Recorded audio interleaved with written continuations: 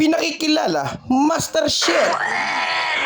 At ang kanyang assistant chef, Chef Pongs. At yan, nag-umpisa na tayo magluto. Paano nga ba magluto ng pang isang barangay na bisita, mga katambay? Una, mag-isa tayo ng bawang sibuyas. Bali, 7 bilaong pansit po ang ating lulutuin, mga katambay. Ang master chef po natin ay si Ralph Dustin aka Machete Gabraso.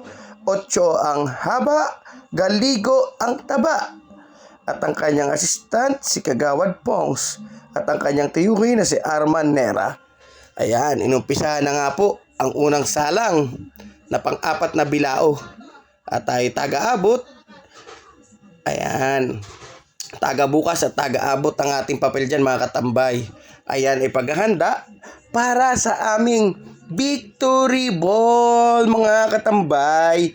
At talaga namang pinagandaan ng ating punong kapitan, punong barangay, Kapitan Ikoy Deseo. Shout out po sa iyo.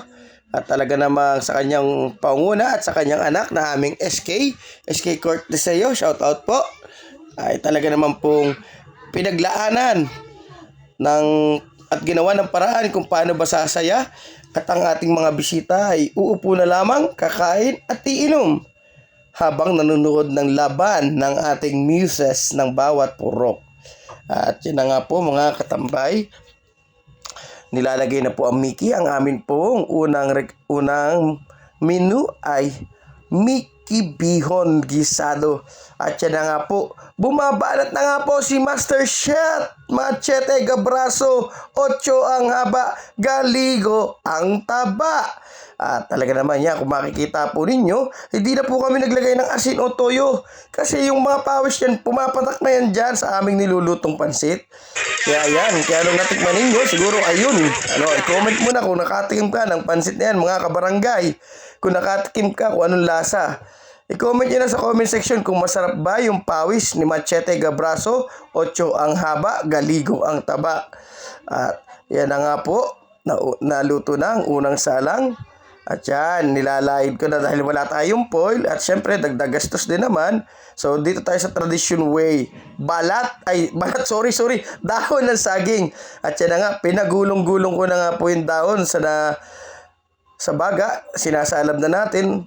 Ayan, dinadarang sa apoy, sa baga, ang dahon ng saging para po ma-sterilize yung dahon.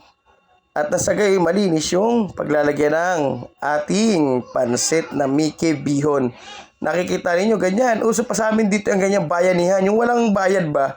Tulong-tulong. At yan na nga po, titikman na po ng aming observer supervisor, Chulala, shout out sa iyo.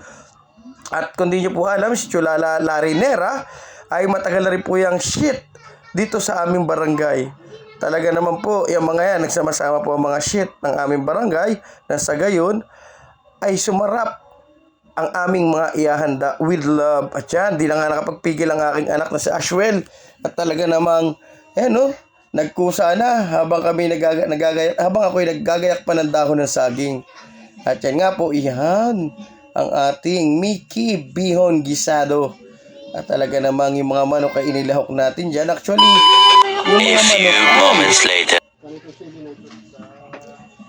yung mga manok ay aming inadobo, pampulutan. Kasi may alak na rin eh. Marami na rin alak na nakahanda.